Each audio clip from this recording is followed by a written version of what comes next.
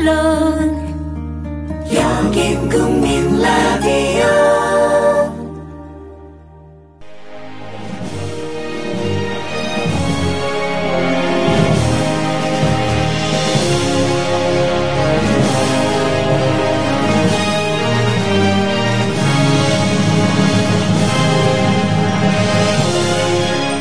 박한용의 라디오 100년 전쟁.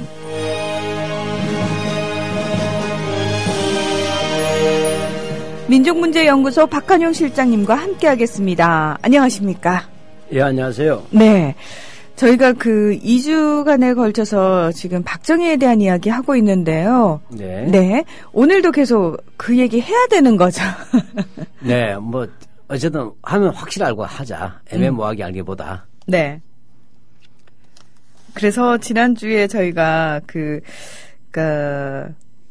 최후의 제국군인 박정희에 대해서 살짝 앞부분만 좀 살펴봤어요. 그 교사로 근무할 당시에도 그 군인에 대한 아주 집요한 꿈을 키우던 박정희. 광적인.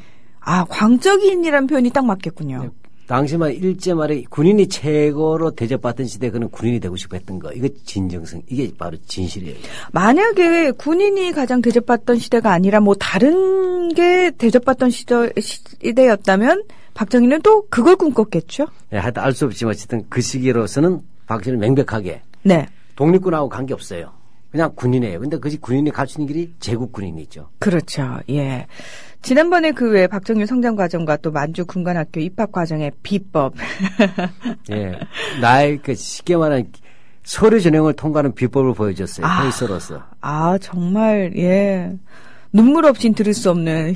포복절도 없이, 또 분노 없이 들을 수 있는 아주 3박자의 그 드라마틱한 그 합격 비법이었습니다. 네. 자, 그래서 오늘은요, 이 박정희의 일제 말 만주국 장교로서의 활동과 또 해방 후 행적에 대해서 이야기를 해야 되는 거죠? 네. 우선 먼저 이 일제 말 만주국 장교로서 근무했던 것에 대해서 많은 또 박정희 추종자들의 별명이 있어요. 첫째로 만주국 장교였기 때문에 일본 제국 장교가 아니다. 예? 그러니까 따라서 친일 군인이 아니다. 라고 얘기하는 것이 첫 번째 개변이에요. 근데 나 원참 네. 예. 하여튼 뭐 두 번째로는 만주국 장교로서 공산당 특히 팔로군 중국 공산당군과 싸웠기 때문에 독립군하고 싸운 게 아니다. 따라서 반공투쟁을 했을 뿐이다. 라는 얘기가 두 번째 또 변명이에요. 네. 세 번째로 좀 더 양심적인 사람들은 박정희는 그 연대장 그 부관으로 있었기 때문에 참모였기 때문에 직접 총독을 싸운 적이 없다. 따라서 뭐냐면 전투한 적이 없으니까 이건 친일 행위가 없다. 라는 거예요. 사람 죽인 적이 없다 이런 거죠. 또 강큰 주장도 있어요. 박정희는 이 시기에 비밀 광복군이었다. 이건 정말. 쉽게 이 주장들이 10개가 뭐냐. 박정희에 대해서 문제 제기할 때마다 온갖 변명들이 이렇게 만발하고 있는데 이따위 신화로 시작된 것이 바로 박정희의 만주국 장교 시절 이야기죠. 예, 참 두째두째 하니까 이게 진짜 화딱지가 나가지고요. 예. 자, 그럼에도 불구하고 우리가 또 반박하기 위해서는 정확하게 알아야 되기 때문에요. 오늘도 여러분이 정말 집중해서 들으셔야 되는 내용들로 준비되어 있습니다. 잠시 후에. 국민 라디오 지지하는 4가지 방법 아시나요? 다운로드하기, 별점 주기, 댓글 달기, 구독하기. 국민 라디오를 보다 많은 이들에게 전할 수 있는 가장 손쉬운 방법. 다운로드하기, 별점 주기, 댓글 달기, 구독하기. 잊지 마세요. 다운로드하기, 별점 주기, 댓글 달기, 구독하기. 네, 여러분께서는 진짜 언론 국민 라디오 박한용의 라디오 100년 전쟁과 함께하고 계십니다. 최대한 감정을 가라앉히고, 예, 이성적인 모습으로 임하도록 하겠습니다. 제가 자꾸 흥분을 하게 돼서요, 예. 네, 왜냐하면 이런 변명들이 앞서 했던 이 변명들을 우리가 한마디로 뭐라고 하냐면 비겁한 변명이라 그래요. 굉장히 점잖게 표현해 주시네요, 실장님. 네. 어쩌겠어요. 그들의 개라고 나까지 개가 될 수가 없으니. 예, 그렇습니다. 1940년 4월 만주 군관학교에 입교를 해서 예과 2년을 다녔습니다. 박정희가. 예, 이때 바로 신경군관학교 제2기라고 보통 부르죠. 그렇죠. 그때 이제 예과 수석으로 졸업해서 만주국 부의 황제로부터 금시계를 받았다. 이런 얘기도 있더라고요. 예, 그것이 뭐 신문에도 크게 사진까지 대서특필되고 또 그 홍보 영화로도 나왔다 그래요. 이 졸업식 장면이. 그래서 그걸 보고서 박 씨가 상 받는 것도 봤다는 그런 증언도 있긴 있어요. 근데 그 증언했던 사람은 또 역시 만주국문학교 들어갔던 사람인데, 예, 그러나 직접 저는 이제 그 영상은 못 봤어요. 저는 사진은 봤고, 예. 근데 44년 입교해가지고 이 박정희는 제3년 제3구대에 속하게 됩니다. 우리가 군대 가면 구대장이라고 해요. 그 제3구대에 있어요. 그 앨범도 있고. 그렇게 해서 42년 3월달에 예과를 졸업했는데 이 예과 졸업생 240명 중 그 5명의 우등생에 들어가게 됩니다. 그러니까 1등은 아니고 5명의 성적 우수자, 뭐, 그러니까 쉽게 말하면 5명의 공동 우승자 이렇게 되겠죠. 뭐 지난번에 얘기했지만 만개 2명, 일본계 2명, 성계 1명, 만개라면 중국인들 말하는 것입니다. 2명, 그다음에 일본계는 일본인들 2명, 그다음에 선계는 조선인 1명. 말하는 선계로서는 수석인 셈이죠.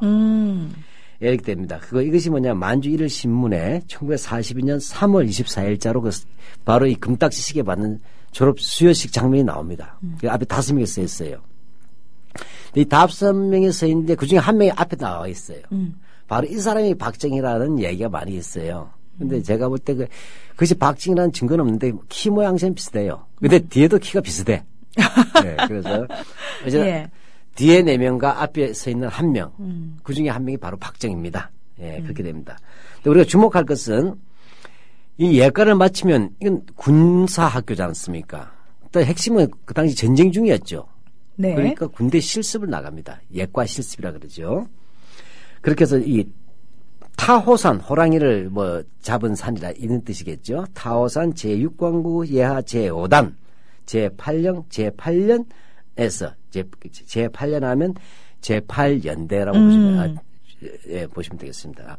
중대입니다. 연대가 아니고 중대입니다. 그래서 2개월간 조장을 합니다. 예, 2개월간 실습하면서 바로 그 중대 조장을 했다는 얘기죠. 예, 그러다가 또 옮겨요. 실습하는 곳을. 그래서 관동군으로 옮깁니다. 이번에는. 앞에는 만주국이었죠. 관동군 보병 제30년대 닭가다 부대에서 또 3개월간 실습, 도합 5개월 동안 실제로서는 군생활을 한 거죠. 실습이지만. 예, 하고. 그 다음에 이걸 거치고 성적 우수자로서 1942년 10월 달에 일본 육사 본과에 일본 육사를 치면 제57기생 3학년 편입에 해당되는 것입니다. 그렇게 해서 육사를 편입하게 됩니다. 박정희가 그 꿈에 그리던 예, 네. 그 대망의 일본 육사에 이제 입학을 편입을 하게 되는 건데 바로 들어가기엔 자격이 안 되니까 이렇게 우회 편입. 요즘도 대학 입학에 이런 거 있죠. 편입 같은 게 있죠. 예. 예. 하거나 아니면 또 외국에서 무슨 또 이렇게 의학 특기자로 연수 갔다가 그렇죠, 다시 그렇죠. 또 들어오고 뭐 이런 것들. 박정희 모든 것을 다 보여주고 있습니다. 네. 근데 뭐 여기서는 교육 총감상을 받았다 이런 얘기도 있는데 이건 사실인가요? 일본 육사에서는 못 받았어요. 아. 그 말은 또더라지 실제 그거는 그 근거가 없는 내용들입니다. 예. 그리고 이 일본 육사에서 본과를 마친 후에 역시 2년간 본과를 했겠죠. 네. 본과를 마치면 또 실습을 가죠.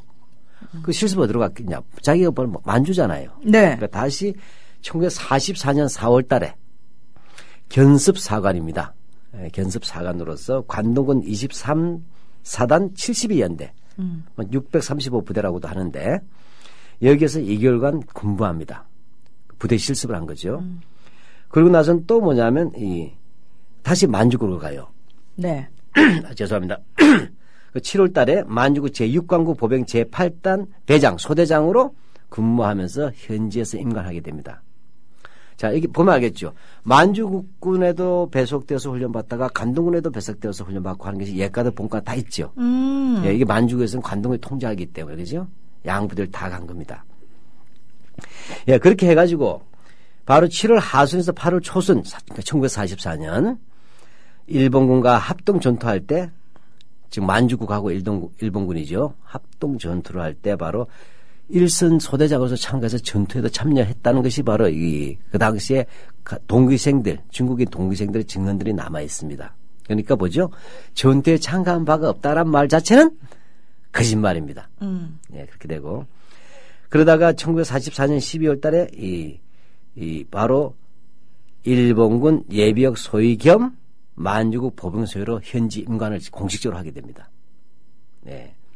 자, 무슨 말이냐면 소위로 다는 것을 일본 육사에서 바로 달지 않고 졸업하기 전에 현지 실습을 나가잖아요. 네. 실습을 나가서 현지에서 관동군 거치고 만주국 거치고 그다음 전투까지 하면서 바로 만주국 제8단에서 현지에서 소위로 임관했다는 얘기예요. 그렇게 해서 이후에 바로 만주국 제8단 부관으로서 1945년 7월 달에 다시 중위로 진급하고 그다음에 45년 8월 17일 날 일제 패망 이후에 이제 패전 장교가 되는 것이죠. 근데 아까 분명히 그러셨거든요. 일본군 예비역 소위를 편입하면서 겸해서 만주군 보병 소위로 임관을 했다. 그러면 군적이 2개가 되는 거 아닙니까? 이게 가능한가요? 예, 이게 좀 특수한데 조선인이 갖는 특수성이기도 하겠죠. 또 일본인들이라든지 형식적으로 만주국하고 일본 제국은 별개의 국가입니다. 형식적으로는. 네. 근데 박정희 같은 경우는 뭐냐면 국적으로는 일본 제국의 신민이지 않습니까? 네. 근데 만주국에서 다녔죠. 만주국에 다니까 만주국 군적이 생겼잖아요. 그러나 본래 군적은 대일본 제국 군적이지 않습니까? 네네. 근데 일본 육사를 마쳤잖아요. 일본 육사를. 물론 공식 육사는 아닙니다만은 이렇게 했기 때문에 뭐냐면 유사시에는 뭐냐면 이 박정희가 예를 들어서 만주국에서 있다 제대를 했어. 근데 만약 일본이 전쟁을 일으켰다. 태평양 전쟁을 한다. 예를 들어서. 만주국 장교를 부를 수 없잖아요. 그렇죠. 그러니까 일본 육사를 다녔던 것을 매개로 해서 일본군 예비역 소위 겸 만주국 현역 소위로서 된다. 쉽게 말하자면 현지에서 일본군 소위로 임관했다 바로 계급장을 떼고 다시 뭐냐면 만주국 소위 계급장을 달아줬다는 얘기예요. 아, 그래서 예비역 소위라고 표현을 했군요. 예. 뭐 이런 이야기가 있습니다. 네. 그 외 이후에 만주국 제8단의 부관으로서 중위로 진급을 한다라고 말씀을 하셨는데 이때 이 제8단의 조선인 장교들이 있었다고 하는데요. 박정희 말고도. 예, 8단이면 8연대에 해당합니다. 예. 만주국은 4단이 없었어요. 그러니까 만주국은 일본이 만들었잖아요. 관동을 만들었지만 네. 4단 규모의 병력 편제를 하지 않았습니다. 아. 4단 규모면 전쟁을 할 수가 있잖아요. 전쟁. 그러니까 어디가 관동군의 지휘하에서 움직이게 되는 부대이다 보니까 연대가 최대 규모의 부대였어요. 아. 그래서 단이라는 게 연대입니다. 그러니까 만주국 제8연대라고 보시면 되겠죠. 여기에 보면 이제 훗날 중요한 의미를 갖는 사람들이 있었어요. 신현준, 이주일, 방원철 이렇게 방원철. 됩니다. 신현준은 원래 간도 특설대 제가 전에 말씀드렸잖아요. 네. 바로 간도 특설대 창설요원이에요. 아. 이 사람이 다시 뭐냐면 이 만주국 제8단 중대장으로 옵니다. 그래서 이 양반 회고록에 보면 이 간도 특설대로서 자기 활동뿐만 아니라 제8단에 있으면 자기가 실제 전투하다가 팔루군한테 패배한 내용까지 다 적어놨어요. 80년대 아마 죽기 전에 후반에 회고록에 나와 있습니다. 그리고 훗날 해병대를 만든 사람이에요. 아, 이분이요? 신현준 네. 씨가? 네. 간도 특설대 출신으로서. 왜냐하면 특수부대 출신이잖아요. 그러니까 요순 사건 아시죠? 네. 요순 사건 때 바로 이제 해병대 상륙부대를 만들어야 되겠다. 이렇게 해서 해병대를 만들게 되는 바로 주인공입니다. 흔히 말해서 해병은 한 명으로부터 시작됐다 할 때 그 한 명이 바로 신현준입니다. 네. 아이고, 근데 좀 부끄러운 분이. 우리 해병대 역사로 치면 조금 민망하죠. 예, 좀 민망하고 부끄러운. 네. 예. 그다음에 이주일이 있습니다. 이주일 이 사람은 나중에 5.16 쿠데타 같이 하는 사람이에요. 아. 네. 그다음에 방원철. 이 사람은 함경도 출신이에요. 근데 이 사람은 나중에 박정희로부터 5.16 쿠데타 위에 권력에서 밀려나게 됩니다. 방첩대장까지 했었는데 특무대장이죠. 쉽게 말하면. 하다가 나중에 박정희한테 밀리는 사람이에요. 예, 이 사람들이 일선 중대장이나 또는 소대장으로 활동하고 있었어요. 예, 그렇게 해서 특이하게 박정희 동기생들 가운데는 5.16 가담자가 없어요. 신경 2기 가운데. 그러나 바로 이 간도 용정의 광명중학교 출신 있죠. 예, 선배 교수, 예를 들면 정일곤 이런 것들이죠. 이런 사람들이 나중에 5.16 지지하지 않습니까? 예, 이렇게 됐는데 이때 박정희가 이 8단에 있거나 또는 만주국민학교 다닐 때 있었던 선후배들 이들이 바로 박정희의 지지 기반이 됩니다. 그래서 5.16 쿠데타는 만주 군맥들이 하는 것이 됩니다. 아, 그 만주국 부관으로서 8월 왜 저희 광복 바로 한 달 전에 중위 진급을 박정희가 한다라고 말씀을 하셨거든요. 예. 자, 중위로 진급한 지 한 달 만에 박정희 어떤 상황에서 일제 패망을 맞이하게 되는지도 또 궁금합니다. 예. 이때 뭐냐면 이 제8단이 있었지 않습니까? 제8단. 네. 이 제8단을 활동하던 지역은 뭐냐 열하 지역이에요. 열하. 열하 지역이면 박정희 열하일기에 예. 나오던 그 지역입니까? 예, 쉽게 말하면 만리장성 아시죠? 네. 산해관 있고 바로 쉽게 말하면 북경이 있으면 그 북쪽에 만리장성이 있죠. 네. 만리장성 바로 지나서 그 지역이 열하라고 보시면 되겠어요. 이 열하 지역에서 뭐냐면 활동을 하고 있었어요. 그래서 뭐냐면 여기서 활동했던 이유는 뭐냐면 지금 화북에는 그 동북 항일 연군이 있었지 않습니까? 네네. 예, 만주 지역에 이 동북 항일 연군하고 그다음에 화북에는 팔로군이 있었지 않습니까? 팔로군. 이 양자가 연결되게 돼버리면 만주에 있는 만주국이나 관동군이 중국대로 내려올 수가 없죠. 그렇잖아요. 그래서 박정희 부대의 임무는 이 열하 일대의 팔로군이나 를 소탕하면서 만주와 연결을 끊어내는 것이 기본 임무예요. 동시에 그러면서 뭐냐 이들이 좀 끊어낼 뿐만 아니라 한편 만주 쪽을 소탕하면서 한편으로는 이렇게 해서 만주국의 관동군이나 이제 이 만주 군인들이 중국으로 남할 수가 있죠. 만리장성 앞서 이렇게 해서 남쪽에 있는 중국 일본군하고 연결되는 이런 요충지예요. 이쪽에서 쉽게 말 이른바 자기들 말로는 팔로군 토벌을 했다는 얘기입니다. 이렇게 하다가 소련 참전의 기미가 보이는 겁니다. 아무래도 소련 참전할 것 같아 이렇게 되니까 어떻게 됩니까? 다시 올라갑니다. 그래서 그래서 뭐냐 박정희가 있던 제8단은 다시 북상하게 됩니다. 그래서 소련군을 막으러 올라가려고 해서 반벽산이라고 한 데를 가요. 반벽산. 이때 그래서 8월 10일부터 흥룡이란데 중국식 발음을 하지 않고 우리식 발음을 하겠습니다. 흥룡. 융성한다 융자. 아, 흥룡. 예. 이쪽으로 이제 다 집결하게 됐었어요. 이 집결을 하다가 반벽산 일대에서 8월 15일도 아니고 8월 17일 날 일본군이 패전했다는 것도 모른 채 있다가. 아. 그때 박정희 물론 부관이었죠. 이따가 뭐냐면 부하들에서 중국인 부하들에서 알고 보니까 전부 다 팔로군에 다 기의한 사람들이에요. 만주국으로 있었지만 사실 알고 보면 팔로군으로 전부 다 항일 세력을 전환했던 부하들이 박정희 등을 무장해제하면서 패전을 맞이하게 됩니다. 그때 어떻게 또 목숨을 부지했네요. 예, 참. 이제 전쟁을 치면 항복하거나 패전한 장교는 죽일 이유는 없잖아요. 제네바 협정에 의해서. 전투 중에 전사는 아니니까. 아, 그런 데서는 참, 예, 그런 게 잘 지켜져서요. 예. 네. 운도 좋아요, 어떻게 보면. 그러게요. 예, 좀 아쉽네요. 예, 뭔 얘기인지는, 예, 네. 알아서 생각하시고. 네, 아까 오프닝 하면서요.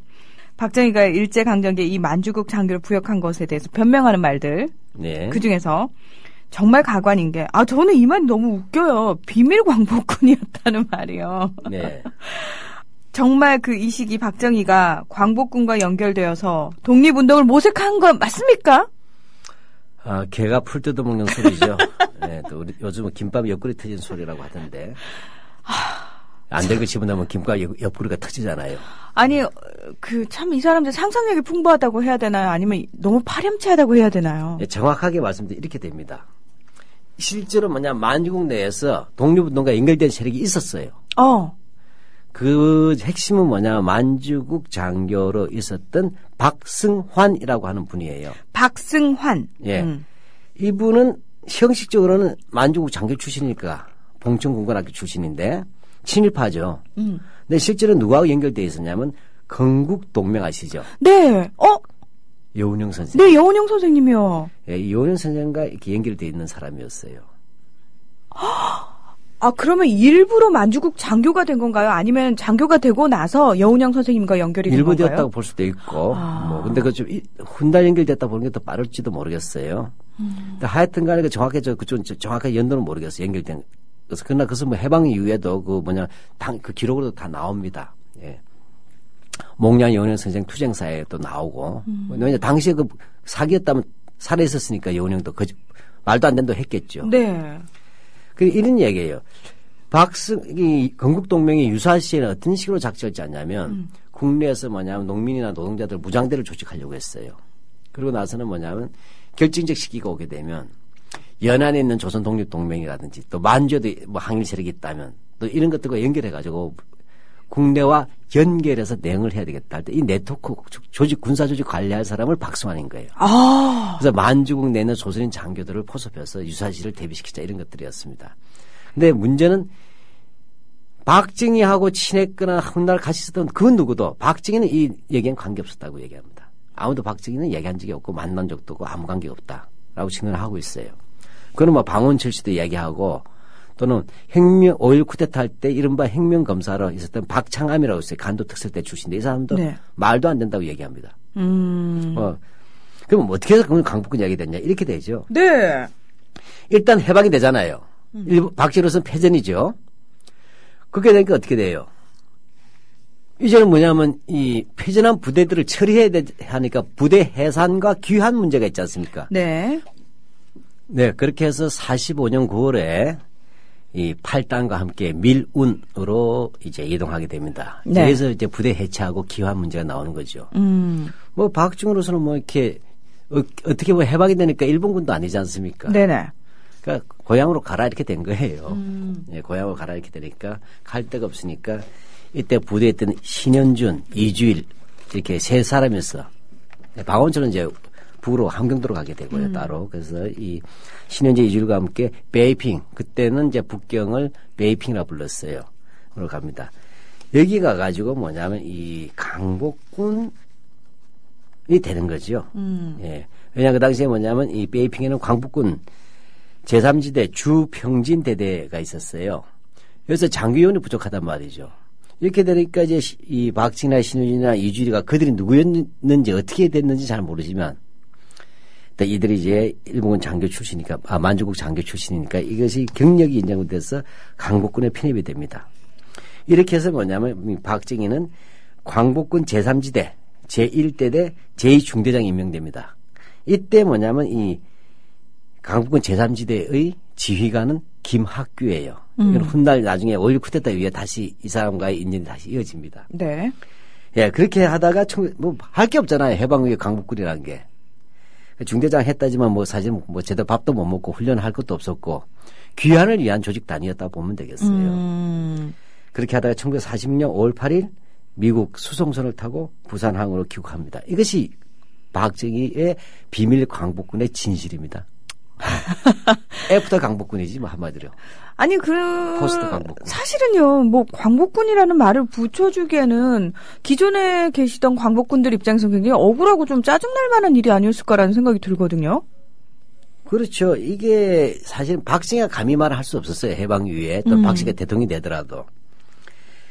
자, 이런 것들에 대해서 사실은 이 1967년도에 이 박영만이라는 사람이 있었어요. 저기 브로커라고 보시면 되겠어요. 여러 군데 해고록에 나옵니다. 독립운동가들을 한테 가서 공적을 좀 과대 포장해 준다든지 이런 식으로 하면서 이렇게 돈도 먹고 이렇게 여러 가지 좀 하는 거의 브로커에 가까운 사람이에요. 이 1967년에 박영만이라는 사람이 소설 광복군이라는 걸 씁니다. 네. 예. 이때 이 박영만은 이 박정희를 비밀 강복군으로 쓴 거예요. 아. 예, 그렇게 하니까 했는데 이 박영만은 어떻게 됐냐 이렇게 해서 박정희 책을 주면서 출판 기념을 크게 열면서 아부하려고 한 겁니다. 근데 이걸 보고 박정희가 더 노발대발했다는 겁니다. 나를 또 한 번 죽이려고 하느냐 이거 아니겠어요?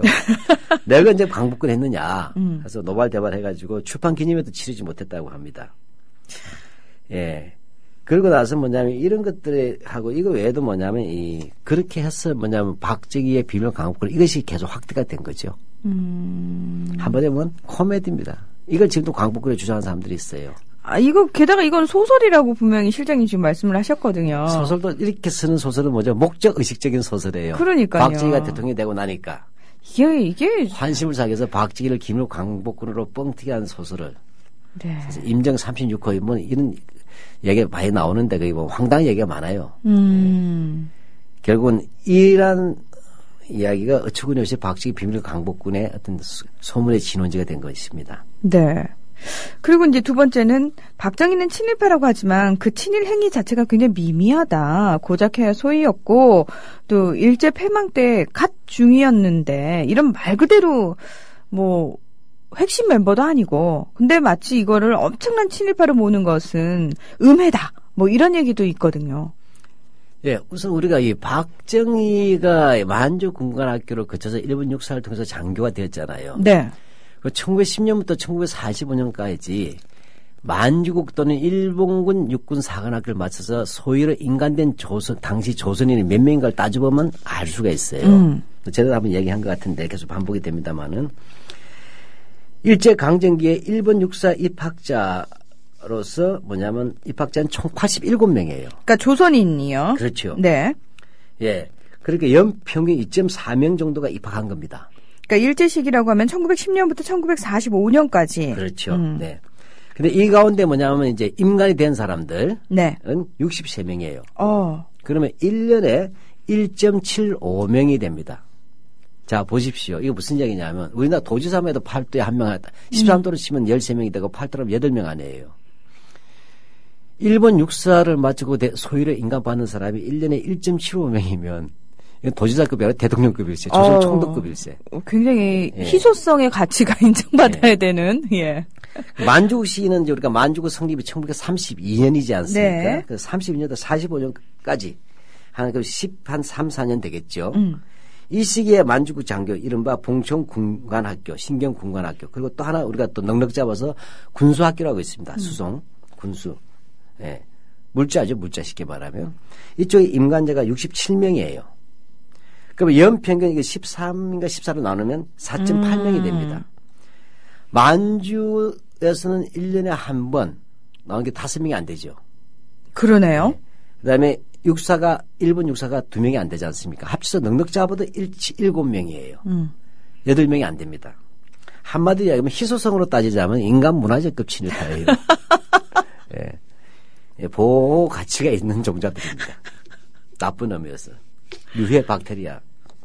예. 예, 여기다 이 박제의 경우는 뭐죠? 교사를 했지 않습니까? 네. 가난한 것도 아니었잖아요. 그 다음에 민족의식 자체가 아예 없었다 말할 수는 없어요. 자기 형의 영향을 받았다고 했으니까 박상이나 또 형 친구 황태성. 그게 하면 그런 것이 있었단 말이죠. 근데 뭐죠? 자기가 교사인데 혈설 쓰고 갔죠. 이건 자발성이에요. 그 지속적이죠. 뭐 어쩔 수 없이 끌려갔다, 강제 노역당했다, 뭐 징집당했다 이러면 저희가 그렇죠. 어떻게 그래 좀 짠하다라는 마음이라도 가질 수 있을 텐데 이게 아니란 말이죠. 그렇죠. 무식하다라든지 가난이 동기다 이런 거 아무 관계없이 그야말로 출세를 목적으로 한 혈서쓰기였어요. 그렇죠. 예. 게다가 뭐죠? 만주국 장교가 된다 할 때 그 당시이면 뭐죠? 만주에 있는 조선 빨치산이 활약하고 있다는 건 대동 알고 있었어요. 선비라고 불렀단 말이죠. 또는 조선인 공산비라고 부르기도 하고 김일성 이름도 돌기도 했었어요. 따라서 마땅히 만주의 장교가 되면 직업군인으로서 자기가 만주에서 전쟁하고 싸워야 된다는 거 알 수 있잖아요. 네네. 그래서 전승을 올려 출시할 테니까. 그걸 알고 지원했다는 점에서 확신범이죠. 근데 박정희가 그렇기 때문에 결국 충성이 낮았던 거 아니고 가장 악랄한 케이스죠. 게다가 뭐죠? 대한민국 임시정부 입장에서 보자면 뭡니까? 적국 장교입니다. 선전포고한. 그래서 이 박정희가 중위받게 되지 않은 것은 그가 일제에 대한 충성이 낮았던 것이 아니라 그가 출시하기에는 일본이 빨리 망했어요. 네. 재수하는 바람에. 아이쿠야. 예. 그리고 이제 세 번째로 그가 만주군 장교로 복무한 것은 해방 직전 1, 2년에 불과하고 실제 독립군을 토벌하는 데 참가한 적도 없다. 그리고 활동한 지역 자체가 팔로군이 있던 지역이니까 말씀하신 것처럼 공산당을 토벌을 했다. 즉 친일파가 아니라 반공투사다. 이렇게 또 변명을 한단 말이죠. 이거 조심해야 될 내용이에요. 요즘 뭐냐 교학사 교과서를 지지하는 그 이상한 수구 세력들이 일제 강점기의 독립운동에서도 공산주의에 대한 태도도 얘기해야 된다는 얘기를 해요. 네. 묘하게 하면 일제 강점기 공산주의가 나쁘다는 것도 얘기해야 된다는 얘기를 하려고 하는 거예요. 근데 그 우습기는 얘기인데 잘 알다시피 이 1937년 이후에 일본이 중일 전쟁을 일으키잖아요. 네네. 그러면서 이 국공 합작이 이루어집니다. 지금 뭐 중국의 국민당하고 중국 공산당이 합작한 거예요. 그렇죠. 예.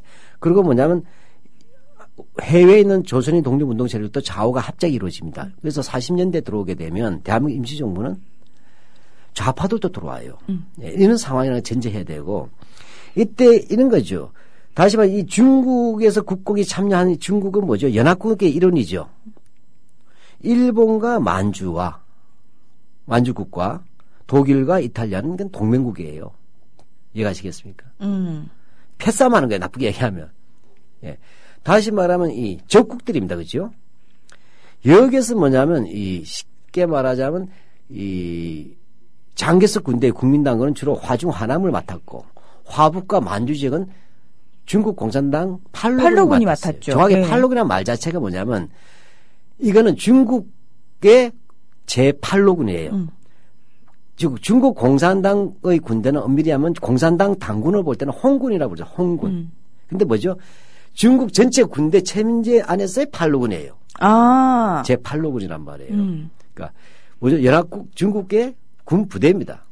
그렇죠. 특별히 어떤 공산당 계열의 군대만을 얘기하는 게 아니라는 겁니다. 중국 편제로서 8로군이지. 그렇죠. 공산당으로 보면 홍군이라 불러야 맞죠. 홍군이 8로군으로 확대 재편된 겁니다. 예. 이렇게 봐야 되겠고. 그 다음에 뭐지? 이 8로군에는 알다시피 화북지에는 누가 있습니까? 조선 의용대가 조선 의용군으로 확대되어서 활동하고 있었습니다. 그렇죠. 예. 그래서 유명한 그 기동 유격대에는 조선인들도 있었고 또 만주에는 뭐죠? 40년 이후에는 뭐 소련으로 넘어갔다고 하지만 동북 항일 연군에 조선인이 또 상당수가 있지 않았습니까? 이런 점에서 보자면 실제로도 뭐냐면 부대 구성의 특징도 있지만 더 본질적으로는 이 시기는 박정희가 정확하게는 연합군을 상대로 싸운 거고 연합군에는 조선인이 당연히 포함되어 있죠. 포함되어 있었죠. 연합군의 승리가 바로 조선 독립의 선결 조건 아닙니까? 그렇습니다. 네. 예. 이런 점에서 뭐냐 박정희 적국 장교입니다. 예. 이걸 가지고서 뭐냐 갑자기 뭐냐면 공산당 토벌을 했다고 얘기하는 것이 지금 만주에서 친일했던 친일 군인들의 거의 모든 사람들이 주장한 게 만주에서 우리는 친일을 한 것이 아니라 반공투쟁을 했다면서 해방 후에 남북의 분단이나 반공투쟁을 역대입시키는 거예요. 그렇게 얘기해서 자기가 반공애국투사라고 얘기하면 일본은 뭡니까? 반공애국국가이겠죠. 그렇겠네요. 우리의 은혜국가죠. 왜? 공산당과 싸웠잖아요. 이런 말도 안 되는 개변을 늘어놓고 있는 것입니다. 네. 그리고 이제 또 하나 또 살펴봐야 될 부분이요. 지난 대선 때 참 이슈가 됐었죠. 박정희의 창씨 개명과 관련해서요. 근데 2번 했다라는 얘기가 있더라고요. 예, 다카키 마소는 뭐 확인이 됩니다. 네, 다카키 마사오. 예. 고목 정웅인데, 다시 말하면 고령 박 씨의 정자 이름이 들어간 사내 아이 이런 뜻이에요. 근데 또 하나가 이제 뭐냐면 오카모토 미노루라고 한 번 더 했다는 거예요. 오카모토 미노루. 예. 다카키 마소 할 때는 고목이라는 데서 혹시 박씨성이라는 게 느낌이 오잖아요. 근데 그래서 뭐냐면 이제 한 번 더 탈색하기 위해서 조선인 탈색을 위해서 오카모토 미노루를 했다는 얘기가 있습니다. 문명자 같은 그 원로 기자도 하고 일본 도쿄대학교에서 출판했던 일본 육해군 총합사전에도 그게 나와 있어요. 근데 이런 내용들이 주장은 많아요.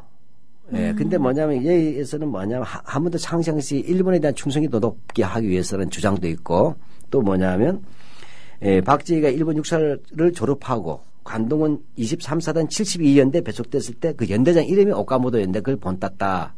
이제 양자 노릇을 했다는 얘기예요. 이런 말도 있고 있습니다. 그러나 자료로서 확인된 것은 없습니다. 네. 일본 육사에 57기의 오카모토 미노루가 있는데 그 사람 자체는 일본인이고 전사를 합니다. 그래서 이것도 좀 더 이게 조사를 해봐야 되겠죠. 근데 분명한 건 다카키 마사오는 예, 박정희 이름인 건 분명한 거고. 예. 누가 뭐래도 다카키 마사오고 오카모토 미노루는 좀 더 조사를 해보거나 확인해 볼 필요가 있는 내용들입니다. 네. 지난번에 저희가 왜 박정희 공정평가라면서 인터넷에 이렇게 얘기한 부분의 내용을 저희가 살짝 얘기를 했던 기억이 나거든요. 예, 한번 뭐죠. 이제 우리가 이 일시대 행적 전체를 놓고서 박정희 지지자들이 어떤 식으로 박정희 행적을 평가하는지가 가장 모범 답안이고 같아서 한번 좀 소개를 해드리려고 합니다. 한번 읽어보시죠. 네, 다시 한번 전해드리겠습니다. 다카키 마사오, 박정희의 일본 이름이다. 그는 성취 욕구와 야망이 대단한 사람이다. 교사를 그만두고 만주 군관학교에 입교한 것도 그런 그의 성향 탓일 게다. 어릴 때 존경하는 인물이 나폴레옹과 이순신이었다는 걸 보면 그중에서도 군인에 대한 동경이 유독 심했던 것으로 보인다. 이것은 나중에 그의 업적을 평가할 때 그의 발목을 잡는 중요한 흠이 되고 만다. 물론 그가 세상에 태어났을 때는 이미 일제치하였다. 그의 출생부터 성장까지 온 세상이 일제치하였던 상황. 그러니까 잘못이 없다는 게 아니라 그냥 일신영달을 위해 나라를 팔아넘긴 것과는 구별이 되어야 한다는 뜻이다. 현재 활동 중인 유명 정치인의 부친이나 조부 중에 일제시대 공무원이나 심지어 경찰이었던 분들도 여럿 있는 것을 잘 알고 있다. 그중에 어떤 분은 가족과 개인의 성취를 위한다는 생각만으로 국가에 대한 의무를 챙기지 못한 우를 범하였을 것이다. 박정희도 그랬을까? 아니면 다른 이유가 있었을까? 이거 저희가 처음에 이제 박정희 얘기를 하면서 살짝 이 내용들을 소개를 해드렸는데 이게 참 이거 자칫 잘못하면 바로 설득돼서 넘어갈 만한 얘기거든요. 네. 제가 이걸 소개하는 이유가 아주 정중한 글이죠. 네. 공손한 듯 하면서 사악한 병명이라는 것을 이 표본이에요. 무슨 이런 이야기예요. 한마디 이 말을 얘기하면 이것이 바로 저는 오늘 한국의 수구 세력과 뉴라이트 이른바 신자유주의가 한 통속이라는 걸 보여주는 이른바 문맥이 여기 같이 있다 보는 거예요. 예를 들면 박정희 그는 성취욕과 야망이 대단한 사람. 즉 그에게서 성취욕과 야망이 대단하다 이 자체는 역사와 시대를 떼놓고 보면 나쁜 게 없잖아요. 네. 그러니까 시대를 완전히 날려버립니다. 무슨 얘기죠? 한마디 하면 1%의 아시죠? 1%의 세상을 향해서 가는 게 뭐가 나쁘냐는 신자유주의와 똑같은 맥락이에요. 예. 그 다음에 뭐 성취욕과 야망 때문에 군대 갔다. 근데 이 군대가 어떤 군대냐 중요하지 않은 거예요. 예. 그러니까 완전 시대를 딱 벗어나서 예. 얘기를 해버리니까. 그러니까 군에 대한 동경이 유독 심했다. 아니 적성에 맞춰서 간 게 뭐가 문제냐는 게 적성에 그렇죠. 맞춰서. 그렇죠. 네, 예. 그렇게 되는 거예요. 근데 이미 일제시한데 날들 어쩌란 말이냐. 네. 박정희가 내가 나라를 나라 팔아넘은 거 팔았는 아니잖아. 조상 뭐 이런 탓이지 식으로. 이렇게 되는 예. 거예요. 네. 그러니까 한마디 얘기하면 무슨 얘기냐면 그 다음에 나오는 게 가족과 개인의 성취를 위해서 뭐냐면 국가에 대한 의무를 저버렸다는데 친일했다는 얘기를 이렇게 국가에 대한 의무라고 이상하게 하고 있어요. 결국 뭐냐 인간이 태어났을 때 누구나 행복해 줄 권리가 있다. 그건 나의 꿈과 희망이 있다. 근데 뭐냐 그 꿈이 자유독립국가였으면 좋겠지만 이미 일제치하였고 완전한 식민지였기 때문에 어쩔 수 없었다. 그렇지만 나도 내 인생 행복하게 살고 싶었기 때문에 그래서 갔어. 뭐가 문제인데 이거예요. 좀 물론 미안하긴 하다. 그러나 어쩔 건데 어쩔 수 없다 이렇게 하는 거예요. 저 이런 부분에서 뭐냐 이 당대에 있어서 이러한 구조에서 그가 만주국 장교됐던 게 아까 말했죠. 적국 장교로서 활동은 그냥 출세가 아니지 않습니까? 네. 예, 인간은 누구나 행복해질 수 있다지만 그것이 타인의 또 삶 또 시대의 어떤 정의와 역사에 대한 반역으로서 가는 것이 정당화 되라는 건 아니지 않습니까? 그건 누구나 행복하게 해서 살인해도 되지 않습니까? 아니 마치 그 일제시대 고문경찰로 유명했던 하팔락이요. 네. 이제는 말할 수 있다. 팀이 찾아가니까 그렇게 얘기를 했대잖아요. 약점 없는 사람이 어디 있냐고. 네. 와 정말 기가 막히고 코가 막히는 얘기죠. 그래서 네. 뭡니까? 박정희만 아니라 현재 활동 중인 유명 정치인의 부친이나 조부 중에도 일제시대 공무원, 일제시대 공무원이 조선총독 관료 말하는 거죠. 네. 심지어 경찰했던 분들도 있다. 그건 뭐냐? 가족과 개인의 성취를 위한다는 생각 때문에 잘못을 범한 어리석음이 있었다라고 해요. 아주 가족을 위해서 했다는 얘기예요. 묘하게. 그러다 보니까 가족을 위해서 하다 보니까 독립국가라는 부분에 대해서는 충성을 못했다. 묘하게 대립시키죠. 가족을 살아있기 때문에 친일한 거예요. 이렇게 되면. 이런 갭인데 저는 이런 점에서 한국에 있어서 수구는 보수를 가져간 패륜 집단이에요. 예, 그렇게 보시면 되겠습니다. 실제로 그 속내가 나옵니다. 이런 것들 속에서 이 박정희와 함께 손을 관계 앞에서 끌어주고 뒤에서 밀던 그 한 패거리들 만주군 장교 출신들이 만주 국군지라는 책을 냈어요. 그 주 편집자가 정일권, 김석범이에요. 예. 정일권은 만주가 헌병대위 출신이죠. 네. 정일권은 김석범은 간도 특설대 출신이에요. 이들이 만주 국군지에서 쉽게 말하면 만주군 출신 뭐라고 할까 추억록이라고 할까 다 늙어서 낸 거예요. 아니 이게 뭘 자랑스러운 과거라고 이걸 또 책까지 냈대요. 왜냐하면 일본에서 만주 국군의 책이 나왔어요. 그러니까 일본인들이 만주국 출신들이 책을 두 권 걸 내니까 우리도 내줘서 찌라시 같은 책을 하나 냈어요. 예, 그럼 서문 한번 읽어보십시오. 우리들 만주 군인 출신은 일제 압제하에서 조국 땅을 떠나 유서 깊은 만주에서 독립정신과 민족의식을 함양하며 무예를 연마한 혈맹의 동지들이다. 우리는 타향인 만주에서 철석 같은 정신과 신념 밑에서 철석 같은 훈련을 거듭하여 8.15 해방을 맞이하였다. 건국 40유여년이 된 오늘 50여 명의 장성급과 다수의 영관급 고급 장교가 배출되어 조국의 독립과 자유수호에 공헌하였다. 아니 이것만 읽으면 굉장히 독립정신으로 똘똘 뭉쳐가지고 마치 준비된 사람인 마냥 그렇게 여겨지는데요. 누가 들으면 우리 만주 군인 출신을 하고 쭉 대가 아마 지금 홍 교수님이 와 계신데 사실 옆에 시험 문제 출제하게 되면 이때 만주 군인 출신하면 어디 대하고 하면 답이 신흥무관학교가 나올 거야. 그럴 것 같아요. 진짜 무슨 독립을 위해서 준비된. 독립운동 기지하는 신흥무관학교나 강북군 얘기인 줄 알 거 아닙니까? 그렇겠네요. 이들은 뭐 합니까? 지금 독립군 때려잡던 부대 출신들 아니에요. 만주에서. 이놈들이 뭡니까? 조국의 독립과 민족의식을 함양하기 위해서 만주에서 싸우다가 돌아왔고 오늘날 대한민국을 만들었다고 얘기하는 이는 말을 1989년도인가 86년대 한 거예요. 참, 예. 한마디로 얘기하면 이런 정도가 한국 친일 군인들의 의식세계고 정신세계. 그래서 제가 폐륜이라고 얘기하는 겁니다. 폐륜이라는 말 틀린가요? 한국의 수군은 보수 아니에요. 폐륜 집단이에요. 친일 수군. 실장님께서 굉장히 좀 점잖게 표현을 해주시는 경향이 없잖아 있는 것 같습니다. 네, 그래서 이들은 뭐냐면 어찌됐건 그렇게 해서 박정희는 일제가 패망하면서 그가 싸운 모든 것을 잃어버렸어요. 독립을 하면서 우리는 모든 것을 얻는 기회를 가졌지만 네. 박정희는 일제가 패망함으로써 모든 기회를 잃어버린 사람일 뿐입니다. 그래서 그는 패전을 맞이한 채 귀국을 하게 되는 것이죠. 그러니까 우리 민족에게는 해방인데 박정희 개인에게는 패전일 뿐인 거죠. 정확합니다. 박정희 친일파가 아니고 그 적국 장교예요. 예. 그러니까 앞서서 박정희는 1946년 4월에 평진대대 해산 후에 5월 초에 천진당고항에서 미군 수송선으로 부산항으로 귀국을 하게 되는 거죠. 네. 자, 이렇게 몰락한 친일 군인이 어떻게 대통령이 될 수 있었는지 그의 권력을 향한 처세와 야망의 이야기 이제 본격적으로 시작해 보겠습니다. 살짝 소개를 해주셨는데요. 이 이야기를 들려주실 귀한 분 저희가 또 모셨죠. 안녕하세요. 홍성률 교수님. 네, 안녕하십니까. 네, 우리 홍 교수님 소개를 조금 해주시죠. 박 실장님께서. 네, 직접 소개하시죠. 쑥스러우시니까. 네. 홍성률 교수님은 이제 석사 논문 일제 강점기를 하셨어요. 일제 강점기 학생운동인데 네. 하셨어요. 학생운동의 흐름을 전체적으로 쭉 훑어보는 아주 좋은 논문을 쓰셨죠. 제가 나중에 석사 논문 쓰거나 박사 논문 쓸 때 큰 힘을 많이 했습니다. 네. 표절은 안 하셨죠, 실장님? 저는 고백을 하잖아요. 그래도 미리. 그 줄을 달잖아요. 네, 줄 달고 고백합니다.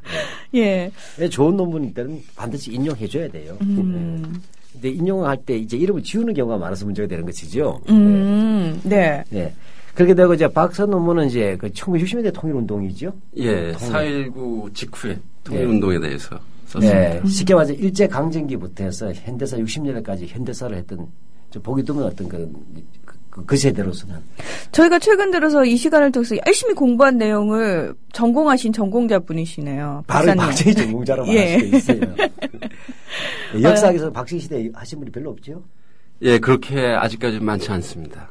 왜요? 꽤 연구하신 분들이 많을 것 같은데 의외로 없으신가 봐요. 예, 사실 한국 현대사 연구는 뭐 분단 상황이다 보니까 이념적인 제약도 있고 그래갖고 뭐 말을 못하죠. 예, 학계에서는 거의 뭐 87년 6월 항쟁 이후에나 그 석사 논문, 박사 논문이 나오기 시작했거든요. 그러니까 아직 그러니까 학문 연구의 역사가 대단히 짧은 편입니다. 그래서 배출한 인원도 적은 편이죠. 제가 손을 꼽을 때 현역 교수로 있는 한국 현대사 연구자가 10명이 안 되는 거예요. 예, 아직 10명 안 될 겁니다. 예. 그런데도 죄송합니다. 한국의 수고실력들은 한국의 현대사 교수는 다 빨갱이라고 얘기하고 그러니까 이번에 김명수 교육부 장관 후보 당 내정자였던 사람 네, 서울대 국사학과가 현대사 분야에서 자익 교수를 만들어내고 있다고 뭐 그런 얘기를 합니다. 아, 그랬습니까? 예. 본인도 그렇게 해서 만들어진 거예요? 위에 선생님들이? 참 황당한 얘기고요. 제가 그쪽 서울대 교수님도 잘 압니다. 네. 방공 교수들을 만들어낼지언정 결국 자경 교수를 만들어낼 분들이 아니에요. 맞죠? 근데 하여튼 특히 이제 한국사 그 학문 전체에 대해서 뭐 서양사나 기타 또 특히 이제 뉴라이트를 하시는 분들이 한국사 연구자들 대단히 단일한 집단으로 전부 다 이렇게 진보적인 집단으로 얘기를 하는데 영광이 사실 그렇지 않습니다. 그랬으면 좋겠어요. 참 진단도 틀리니 그런 사람이 교육부 장관 되면 끔찍합니다. 오진이죠. 예, 10분도 안 되는 그 분 중에 지금 한 분이 끼어 계신 거 아니에요? 우리 홍성률 교수님이. 네. 지금은 사실 학생들한테 강의를 하고 계시잖아요. 어느 학교에서 강의를 하고 계시죠? 예, 성신여대에서 강의하고 있습니다. 복받은 친구들, 그 친구들. 또 누리할 때 아성이기도 해요. 아, 그런가요? 물론 역사학 쪽이 아니고 어중간한 어떤 교수님들이 좀 이렇게 하고 있습니다. 예. 예, 근데 보면 알겠지만, 사실 우리 방송에서 현역 교수님이 나오긴 처음이죠. 그러네요. 예. 홍 교수님 혹시 워낙 이제 소수시고 전공 분야 자체가요, 좀 특수하시기 때문에 여기저기 굉장히 많이 불려다니실 것 같고 필요로 하시는 분들 굉장히 많으실 것 같은데, 귀하게 저희가 모셨다고. 박 실장님이 어찌나 생색을 내시던지. 야, 그럼요. 사실 바로 오케이 해주세요. 흔쾌하게. 제가 전화하면 불안해하는 교수님들이 좀 있어요. 또 무슨 사고 쳐가지고 또 도와달라고 하나. 근데 우리 홍 교수님은 뭐 그 정도 저하고는 동감되기세요. 네, 학교는 다르지만. 그래서 홍 교수님 동안이십니다. 뭐라고요? 제가 좀 어릴 것 같은데요. 뭐 좀 착오가 있는 것 같습니다. 네. 예, 그래서 뭐냐면, 근데 사실은 교수님들이 잘 안 나온 이유가 이런 프로가 아니고. 네. 100분 토론 전에 토론 해보셨잖아요. 해보면 이른바 뉴라이트니 수군이 나오면 이른바 배려성 수구들이에요. 배려성 그대가 아니고. 배려성 수구들하고 얘기하니까 말이 안 통하는 겁니다. 다시 말하자면 좀 시청자나 청취자분들에게 그래도 교수는 전문가들 아니에요. 전문가로서 나오면 사실을 얘기해야 되는데 저도 당해봤지만 나가면 사실은 아무 관계없이 그냥 엉터리 얘기만 하고 저질 얘기만 하니까 교수 세계가 환멸이 나오는 거예요. 나오면. 그러니까 이런 쓰레기들 나도 같이 써야 되나 이런 겁니다. 사실 그래서 뭐냐면 토론하면 스트레스만 받고 진짜 연구한 성과들 전달하려는데 오히려 방해꾼들만 나와 있으니까 꺼리게 된 거예요. 근데 오늘 같은 프로는 사실 그런 거라기보다는 오히려 이제 홍 교수님의 높은 식견과 연구 성과를 오늘 이렇게 우리 국민 라디오 청취자 식구들이 마음껏 좀 들을 수 있으실 거예요. 저희 청취자분들은 평소에 박한영 실장님이 워낙 공부를 열심히 시키셔가지고요. 지금 수준이 다들 높으시거든요. 4.19만 파리했어요. 그렇습니까? 저희 아주 그냥 대학에서 파리 안 하잖아요. 세세하게 팠습니다. 아주 그냥 열심히 외우고. 한이가 많아요. 왜 진도 안 나가냐고. 근데 저는 4.19 정도도 파리해도 모자라도. 예. 저희가 진짜 제대로 공부를 했는데 아마 이제 그 부분에 대해서 확실하게 전문적으로 공부를 하신 분이기 때문에요. 이제 하신 말씀도 많을 것 같은데 최근 들어서 왜 이제 다시 박정희 얘기가 나올 수밖에 없는 상황이 박근혜 대통령이 지금 대통령 자리에 앉아 있기 때문이기도 하거든요. 어떤 마음이실지가 사실은 제일 궁금해요. 글쎄요, 박근혜 대통령이 된 것도 투표를 통해서 이루어졌으니까 이제 그렇게 된 건데 한 가지 좀 우려할 만한 현상은 역시 많은 사람이 우려했던 대로 유신 시기에 이제 그러한 분위기들이 우리 사회에서 좀 되살아나는 듯한 이제 그러한 느낌을 받는다는 거죠.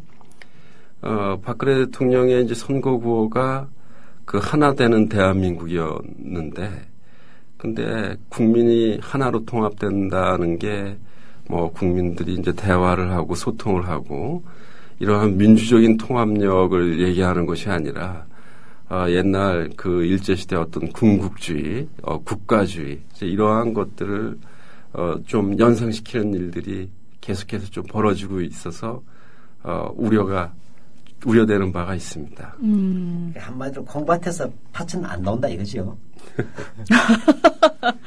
게다가 이제 국가 개조론 얘기가 들고 나오니까 점점 더 이제 뭐지 이 데자뷰 현상은 이렇게 우려하시는 분들 많으신 것 같아요. 근데 이제 세계사적으로도 봤을 적에 2세 정치인들이 꽤 있죠. 네.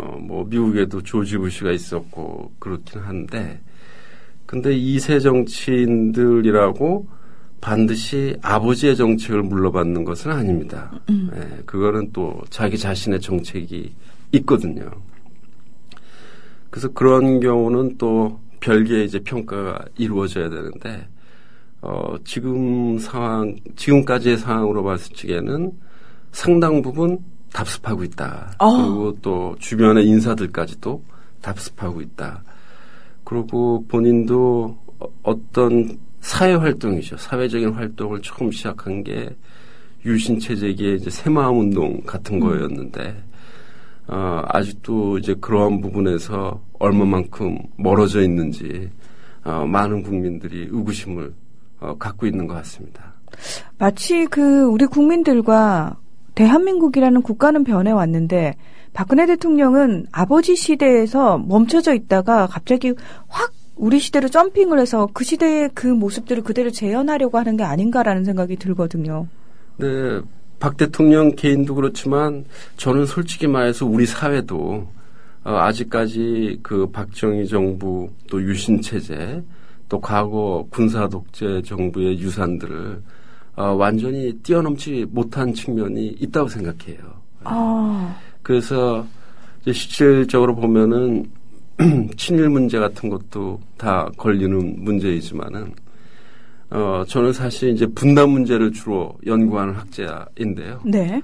그러니까 우리나라의 분단 상황이라는 게 이제 여러 가지 어떤 독특한 현상들을 뭐 아까도 얘기했던 아주 정말 아주 황당한 반공주의라든지 그리고 보수 세력이 다른 나라와 같은 어떤 보수 세력으로서의 정체성을 갖기보다는 그냥 부정부패 세력으로 비춰지는 그러한 사항도 관련이 있지만 부활이라. 네.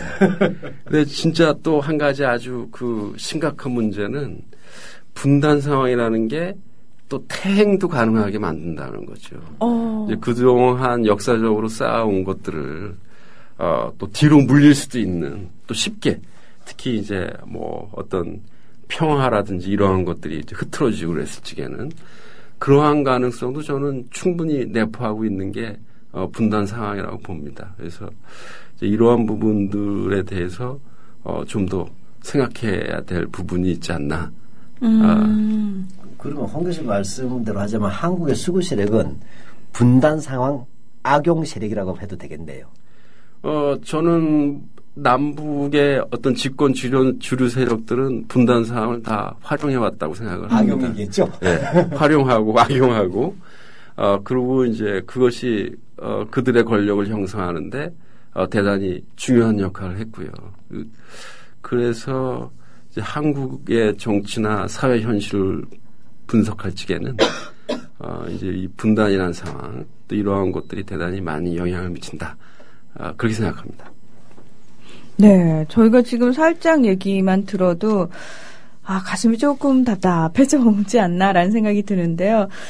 우리가 아직 완전히 그 시대에서 벗어나지 못했다라는 부분도 지적을 하셨기 때문에 사실은 그러면은 우리가 어느 부분에서 벗어나지 못하고 있고 또 어떤 부분에 더 우리가 더 신경을 써야 되는지에 대해서도 이제 아마 우리의 숙제로 남겨지겠죠. 그래서 그 부분을 얘기를 잘 하기 위해서는 해방 후에 이제 박정희에게는 이제 패전이라고 저희가 말씀을 드렸습니다. 그리고 5.16 쿠데타까지 박정희의 행적을 좀 훑어봐야 될 필요가 있을 것 같습니다. 네, 훌륭한 말씀은 홍 교수님이 좀 해주셔야 되니까 제가 사실적인 얘기를 짧게 정리를 좀 하고, 우리 홍 교수님한테 인증샷 논평을 받도록 하겠습니다.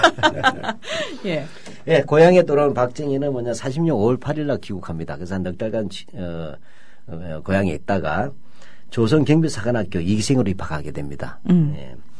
그렇게 해서 단기 과정 마치고 46년 12월 달에 졸업을 한 다음에 다시 육군 소유를 인간하면서 군인 생활이 시작되는 겁니다. 그렇게 해서 46년 12월 때 졸업했는데 이때 뭐냐면 그 당시 군번은 성적순으로 받았대요. 네. 그렇게 해서 이 1등은 신재식이라는 사람인데 박정희 3등 그래서 군번 3번이라고 얘기를 합니다. 그래서 경비사관학교로 시작해서 그 이후에 이제 장교 생활이 시작됩니다. 네.